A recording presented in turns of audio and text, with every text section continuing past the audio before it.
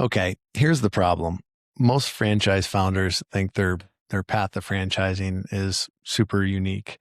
And after helping our own system grow and helping many other people, I can tell you that you are going to undergo the same mistakes, some of the same roadblocks, some of the same challenges that we did in growing our system and what I see other emerging brands going through. So there are patterns, and I can tell you what those are. It's a little bit frustrating to see people waste time and money going through these mistakes themselves, especially since most emerging brands have a limited runway in terms of capital and time to get that momentum going and get to that royalty self-sufficiency point that we're all hoping you get to as fast as possible. So today I'm going to show you some of the shortcuts, the tricks, the hacks, the mistakes not to make, and give you the inside track so that you have success in your system. If you're an emerging franchise founder, you already know this. The jump from 10 to 100 units is where most brands stall out. Not because the concept isn't strong, but because the founder is drowning in chaos. I'm Guy Coffey, franchisor, franchisee, and growth strategist. I've been where you are, and I know what it takes to build a brand that scales without burning out, selling out, or losing control. That's why I created the Franchise Scale-Up Show. Every week, I'll share the playbooks, the red flags, and the mindset shifts that separate the brands that stall from the ones that scale. So if you're serious about protecting your vision and multiplying your brand, hit subscribe right now. This is the Franchise Scale-Up Show. I'm Guy Coffey. Let's get to work. Every franchise owner thinks their journey is unique, but I'm here to tell you the same mistakes keep on showing up over and over again. And I want you to avoid those. Here's what I've learned helping our own brand grow as well as many others. Here's the franchise myth I'm going to bust today. And that myth is that most franchise founders think that their situation is unique. I'm here to tell you it's not. Every founder says, like, our model is unique. Your franchise journey is going to follow the same pattern that many others have. And it's good to know that pattern before you go down it or as you're going down it early in the days. So the truth is the patterns are universal, the mistakes, the breakthroughs, things like that. So here are the 5 lessons. Number 1 is the first franchisee matters the most, actually the first handful. And that is because they are going to be your validators. So if they are not popping out of the box, they're not meeting their measurements, their growth measurements, things like that you've put in place, it's called to stop franchise development, work on your model, or work with those franchisees to get them getting the results, because everything is based on that. Number 2, and that is the systems beat the hustle. As we've mentioned before in this series, you cannot, as the founder, hustle in every location that you're going to open, and you can't hustle on behalf of other people because you're going to be doing that for yourself. You have to have the systems in place. Your mindset has to go from I'm doing to I'm documenting, I'm planning, I'm tweaking, I'm seeing what works when I'm not in the room, and going from there. That's a big mindset shift. Number 3, early wins drive momentum. If your first 3 franchisees are happy, profitable, going down the right path, you're in contact with them, franchise development, which is basically territory sales, goes a lot easier. So make sure that your first handful are doing really, really well. Number 4 is the founder's role must shift. As I said, you can't out hustle. You can't do this. You go from doer to visionary, to documenter, to leader, and most importantly, to coach, meaning there's different styles of coaching, but the overall thing is that you're instructing people how to do this. You're keeping them within your guidelines, and you're helping the ones that aren't really picking it up right away with some additional support. That is key.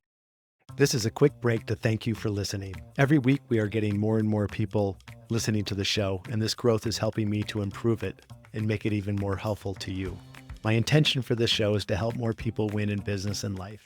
To that end, I have a favor to ask. If you know of an entrepreneur that would benefit, please hit the share button and shoot them a text with the link. Back to the show. Make this a great day. And then number 5 is that culture and communication win. This is I'm going to say it, it's the most important thing to have in place. And this can be through formal methods like advisory councils. I know you're just starting and you're like, advisory council? I got 3 franchisees. So maybe an advisory council at that point in time isn't necessary or prudent, but later on, not too far down the line, it will be. So in the beginning, it can be more informal, but it would be great to have built-in communication loops, whether that's weekly meetings, monthly, whatever the case may be. And you establish those early and establish the guidelines so that they know that, meaning the franchisees know that it's going to be value added for them. And you are also going to be getting something out of it, like just a culture of openness, candidness. These are challenges. We need to look at these together. It makes a big difference. It makes a big difference if you're looking at this both from the same side of the table, like, okay, we have this problem. The marketing isn't working this great in this market for some reason. Let's put our heads together, look at the data, come up with solutions, try them, and then see what the results are. It can quickly become the franchisor isn't doing what they promised to do, and I've been duped, and this small business is super hard, and they're wrong, and I'm right, and like it can lead to really, really bad things. So keeping that communication and setting the tone for the communication in terms of we're going to do this with candid talks, like we're not going to hide things. We're going to do it with honesty. We're going to look at it with a solution mindset, not a finger pointing mindset. Because franchisors do the same thing to franchisees sometimes. They're like, well, if they work the system better, or if they had different people in, like it's easy to point fingers, right? There's a great quote that I heard the other day, and that is unvoiced expectations are preloaded resentments. So your franchise agreement better be really clear about what you're providing and what you're expecting from them. And you have that as a referral document. You can both look at it, right? So those are the 5 points that I want to make. And, just a mindset is like franchising isn't doing about less work for you as the brand founder. It's about doing different work. And if you kind of stay in your comfort zone, you're visionary, you're just shooting from the hip, things like that, that's not going to go too well in a franchise system. I mean, listen to the name. It's a franchise system. Everything is systematized. It can't be based on your brilliant ideas, your talent, your work ethic, things like that. Now you can put that into your culture, and that's a different story. So those are the 5 points. I hope they help you. And if there's something I can do to help you understand them better, please reach out to me.